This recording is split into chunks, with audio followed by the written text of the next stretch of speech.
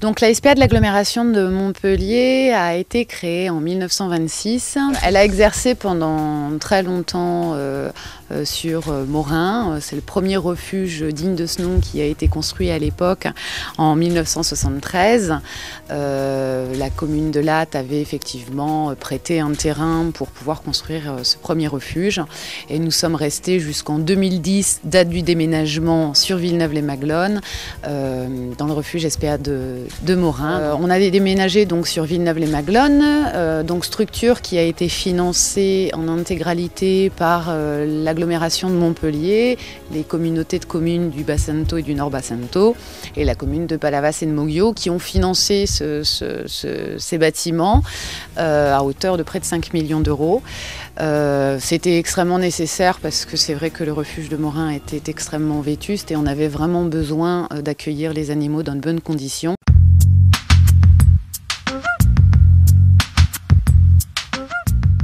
À la SPA de Villeneuve-les-Maglones, nous avons à peu près une centaine de bénévoles chiens.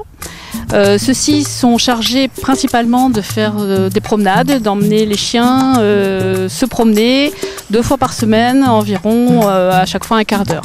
Donc les bénévoles sortent les chiens des cages, vont dans la garrigue, font un petit tour d'un quart d'heure, s'arrêtent à un petit buisson qu'on appelle le toutou-bar, dans lequel il y a des gâteaux, de l'eau, on apprend aux chiens à s'asseoir, on leur fait des caresses, c'est le petit moment câlin. Et puis après on revient, on les remet dans la cage et puis on prend la cage d'après. Voilà, ça a été le défoulement des chiens pendant un quart d'heure, 2 fois par semaine. Alors le t-shirt orange, c'est fait surtout pour être vu de loin, pour pas que les chiens de différentes cages se croisent de trop près. Donc ça permet de se voir, ça permet aussi que les chasseurs nous repèrent et ça permet d'être vu de loin. Nous avons aussi une douzaine de bénévoles qui sont chargés des adoptions. Donc ces bénévoles chargés des adoptions doivent poser les bonnes questions aux adoptants qui arrivent. Notre devise est de mettre le bon chien au bout de la bonne laisse. C'est-à-dire qu'il faut que le chien soit adapté à l'adoptant. On ne pourra pas, par exemple, donner un chien trop vif à des gens qui sont âgés ou qui sont en appartement. Le but, c'est que l'adoptant soit content et que le chien soit heureux.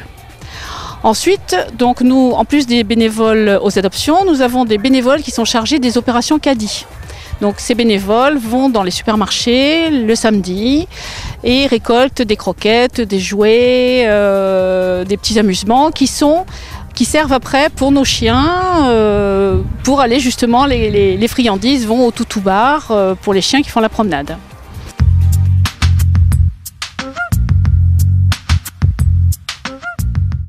Nous sommes donc ici dans la chatterie de la SPA. Nous avons actuellement une centaine de chats à l'adoption, en sachant qu'à la Comédie des Animaux, nous avons eu le bonheur d'avoir une vingtaine de chats adoptés. Donc la moyenne est de 120 à 130 chats à l'adoption en général. Donc l'équipe des bénévoles chats est divisée en 2 parties. Les unes caressent, aident parfois au nettoyage, socialisent les chats. Et une autre équipe qui aide à l'adoption. Donc ceci est extrêmement difficile parce qu'il faut que le chat aille dans des familles qui leur correspondent.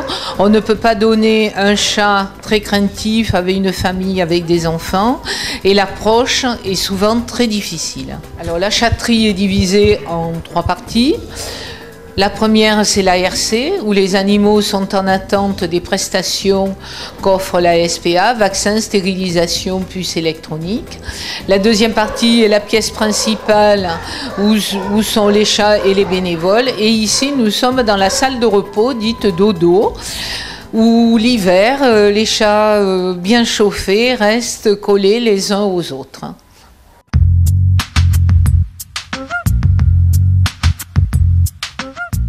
Le fonctionnement du refuge est simple. On a des salariés qui sont présents donc en permanence pour les soins, la nourriture, mais également le nettoyage des box, pour tout ce qui concerne aussi l'administratif dans sa globalité.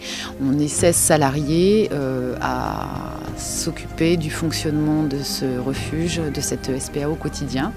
Et on est épaulé par des bénévoles qui sont précieux, bénévoles qui s'occupent eux plus du côté affect de l'animal, en baladant les chiens notamment, en caressant les chats et en s'occupant de leur psychologie, on va dire ça comme ça. La mission de la SPA première, c'est de sauver les animaux, de les nourrir, de les soigner et de les replacer, parce que le but c'est pas de les conserver ad vitam aeternam dans des cages. Donc il y a toute une chaîne qui se met en place entre l'arrivée de l'animal, que ce soit en fourrière ou en abandon. Les animaux sont tous suivis par des vétérinaires. On travaille en étroite collaboration avec une association de vétérinaires. Voilà, on les soigne, on les identifie, on les vaccine, on stérilise les femelles, on castre certains mâles. Pour les chiens je parle, pour les chats ils sont tous testés, identifiés, vaccinés, stérilisés pour éviter la prolifération, qui est un grand fléau pour les refuges. Voilà, le but effectivement par la suite est de pouvoir replacer ces animaux. Et donc à partir de là, les bénévoles reçoivent les candidats à l'adoption et on essaie de mettre le bon maître au bout de la bonne laisse, comme on dit.